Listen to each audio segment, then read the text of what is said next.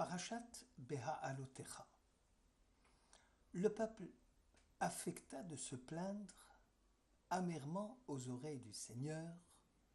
Les seigneurs l'entendit et sa colère s'enflamma. Le feu de l'Éternel sévit parmi eux, et déjà il dévorait les dernières lignes du camp. Mais le peuple implora Moïse. Moïse pria le Seigneur, et le feu s'affaissa. On nomma cet endroit Tavera, parce que le feu que l'Éternel avait allumé y avait sévi parmi eux. Or le ramassis d'étrangers qui étaient parmi eux fut pris de convoitise, et à leur tour, les enfants d'Israël se mirent à pleurer en disant « Mais qui va nous donner de la viande à manger ? Il nous souvient du poisson que nous mangions pour rien en Égypte, du concombre et des melons, des poireaux, des oignons, de l'ail. Maintenant nous sommes exténués, nous manquons de tout, point d'autre perspective que la manne. » Nombre chapitre 11. Dans la section Choukat, on retrouve les récriminations similaires. Ils partirent de Hor la montagne dans la direction de la mer des Joncs pour trouver le pays d'Édom. Le peuple perdit courage pendant cette marche. Ils se plaignirent de Dieu et de Moïse. Pourquoi nous avez-vous tirés de l'Égypte pour nous faire mourir dans ce désert? Il n'y a point de pain, il n'y a point d'eau. Nous sommes excédés de ce misérable aliment. Ces versets montrent un sentiment de révolte, une insatisfaction permanente et surtout un sentiment d'ingratitude envers Dieu. Nous sommes loin, bien loin, de l'attitude du peuple juif au pied du Sinaï, tel que Moïse la décrivait juste avant de mourir dans le Deutéronome chapitre 5. Quand vous eûtes entendu cette voix sortir au sein des ténèbres, alors que la montagne était en feu, vous vîntes tous à moi. Vous vîntes tous à moi, les chefs de vos tribus, de vos anciens, en disant, certes l'Éternel, notre Dieu, nous a révélé sa gloire et sa grandeur, et nous avons entendu sa voix du milieu de la flamme. Nous avons vu aujourd'hui Dieu parler à l'homme et celui-ci vivre. Désormais, pourquoi nous exposer à mourir, consumés par cette grande flamme? Car est-il une seule créature qui ait entendu comme nous la voix de Dieu vivant parler du milieu du feu, et soit demeurée vivante? Va, toi Moïse, écoute ce que dira l'Éternel, et c'est toi qui nous rapporteras tout ce que Dieu t'aura dit. Ici, le peuple était en émoi devant le spectacle grandiose de la révélation du Sinaï. Dieu accéda à la demande d'Israël. Tout ce qu'ils ont dit est bien. Ah, dit l'Éternel, s'ils pouvaient conserver en tout temps cette disposition à me craindre et à garder tous mes commandements, alors ils seraient heureux, et leurs enfants aussi et à jamais.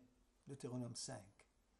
Or, le Talmud d'Avodazara 5a considère que la parole rapportée par Israël pendant la révélation du Sinaï était l'expression même de l'ingratitude totale vis-à-vis de Dieu.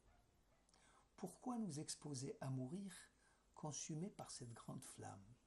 Exactement les mêmes paroles de non-reconnaissance que celles proférées lors du don de la manne.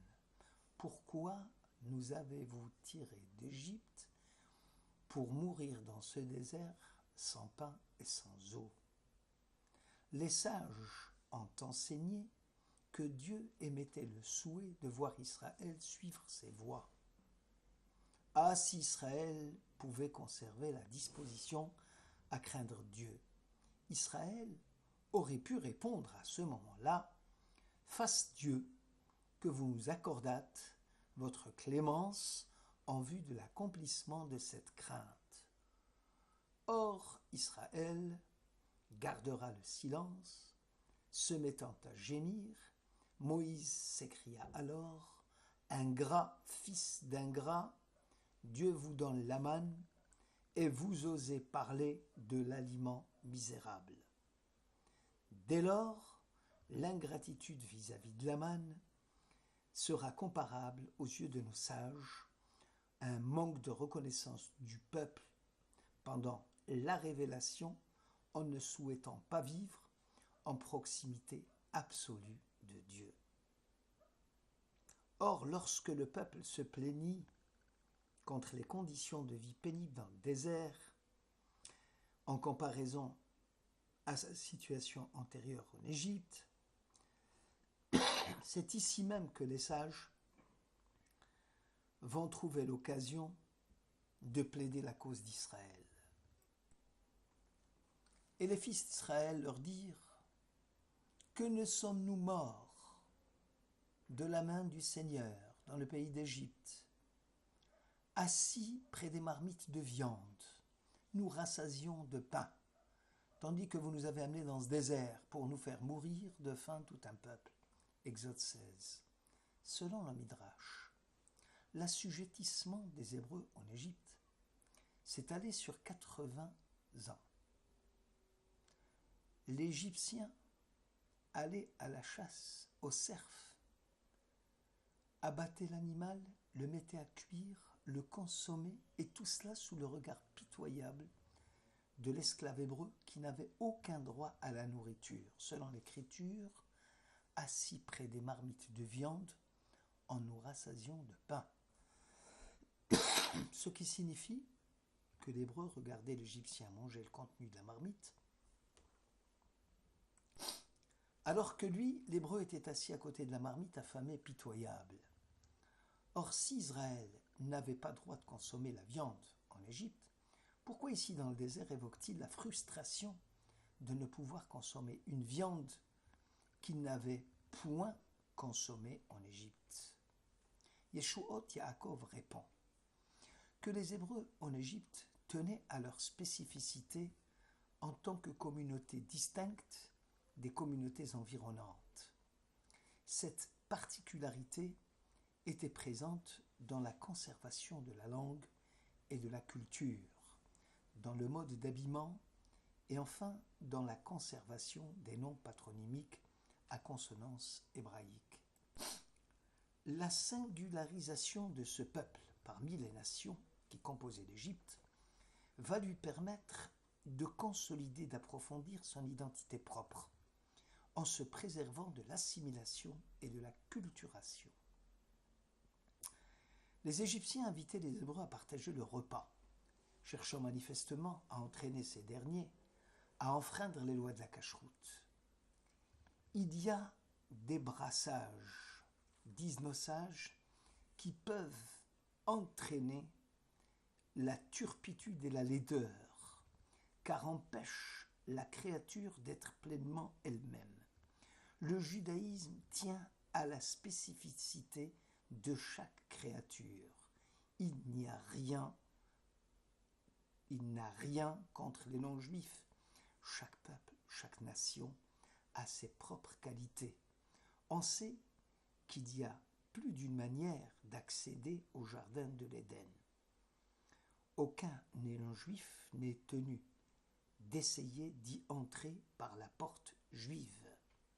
Le rabbi de Koch disait: si je suis moi parce que je ne suis pas toi,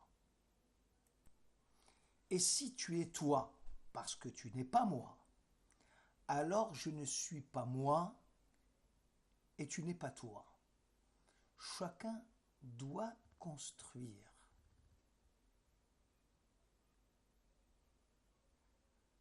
son identité à partir de l'essence et la plénitude de son être.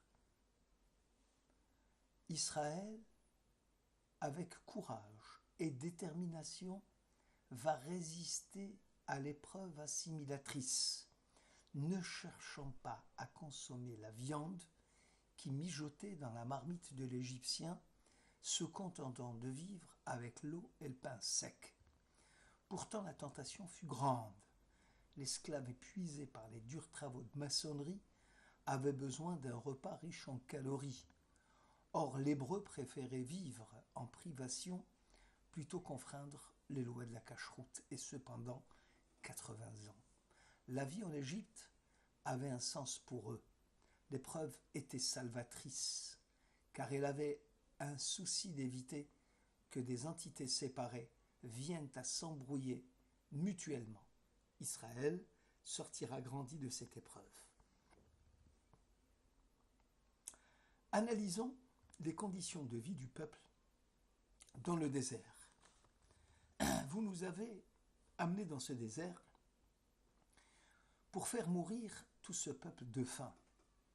Ici, la vie n'avait pas d'objectif, n'avait pas de sens. Pourquoi tant de sacrifices et pourquoi l'épreuve? En Égypte, les choses étaient claires.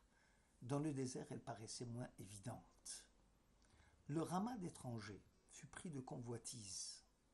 Pas forcément la convoitise pour consommer de la viande animale, mais souhaiter qu'ils soient pris d'un désir immodéré, incontrôlable,